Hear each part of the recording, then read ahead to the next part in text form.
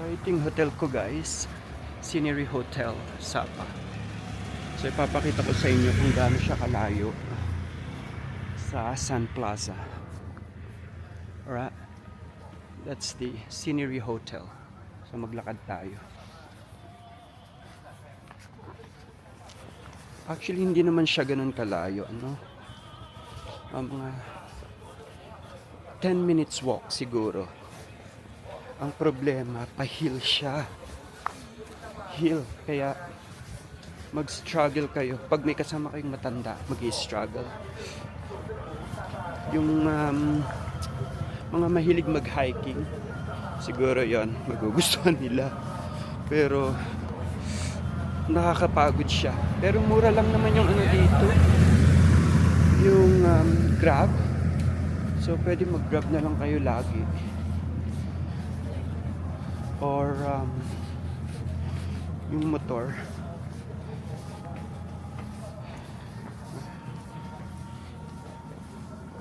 Kaya lang kasi yung motor na Grab, parang hindi nila ina-accept. Kaya ang lagi kong ginagamit yung Grab taxi or Grab car. Ewan ko kasi nangungontrata ata sila, nandun sila lahat sa Katkat Village sa Sun Plaza. Nangungontrata sila. Yun lang feeling ko. Hindi nila ina-accept yung Grab na booking. Tignan nyo, ayan. Mas malapit yung una kong hotel sa Sun Plaza, yung D-Home Homestay. Ayun, malapit siya sa Sun Plaza.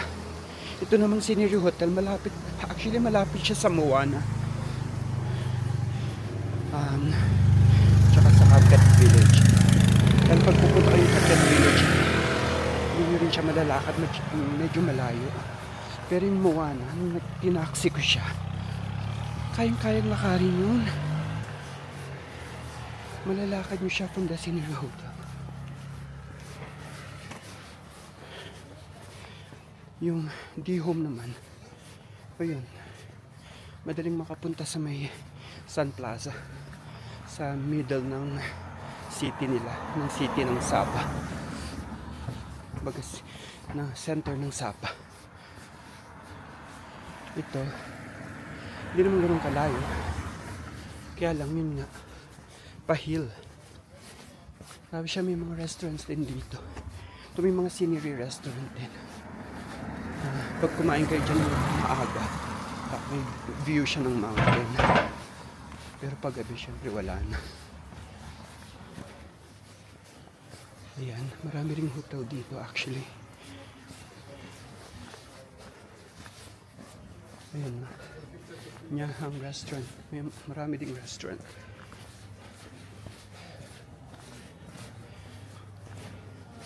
Ayan kung nakikita nyo, diba?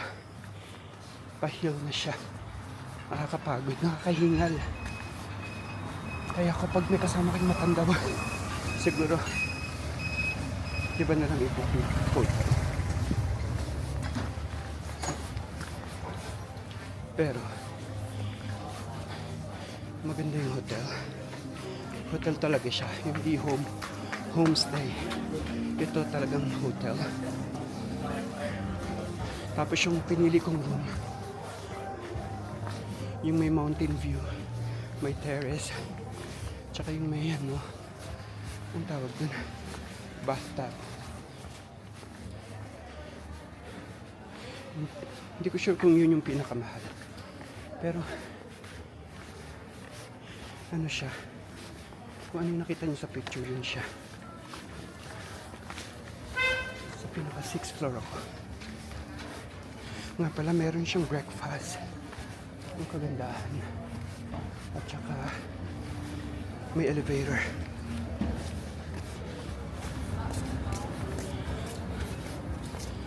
Ang isa pa,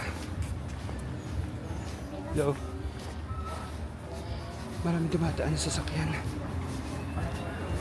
Tsaka ang daming ano rin dito talaga. Yan, hinihingal na talaga ako. Yung pa-hill pa din. Maraming massage. Napansin ko dito. Tsaka, ito yung mga fake yan for sure, diba?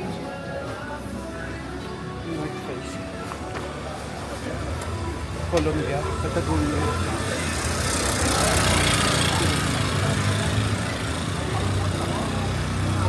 Kaya, usually lahat ng pinapalitan, may mga bagong North Face or Patagonia. Kasi mahal yan, di ba?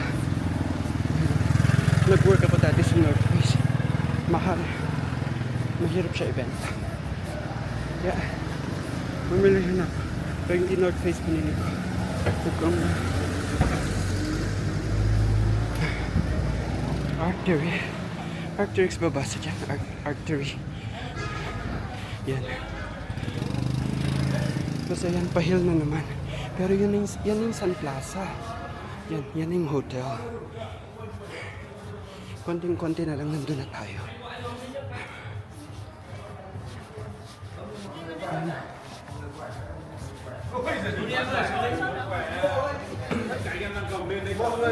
Yan, may convenience store din.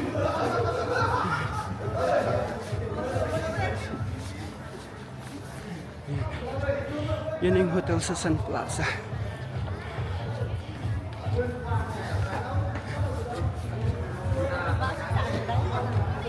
Nandito na tayo actually. Papakita ko sa mga facade ng Sun Plaza.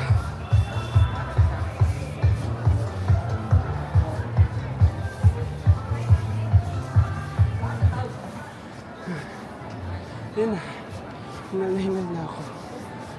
Masakit din sa binte.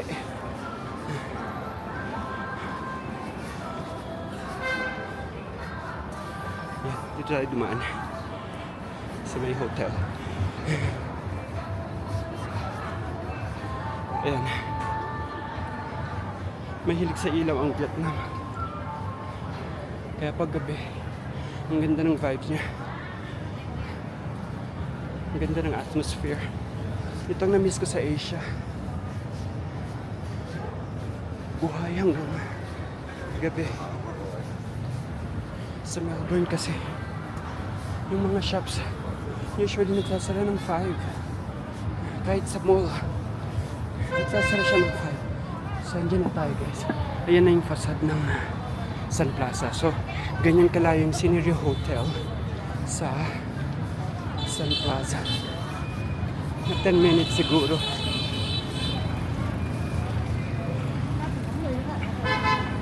Ayan guys. Ayan, Scenery Sun Plaza. Sabah Station. Yeah, okay. Hiningal na ako. Dito na lang muna. Thanks guys.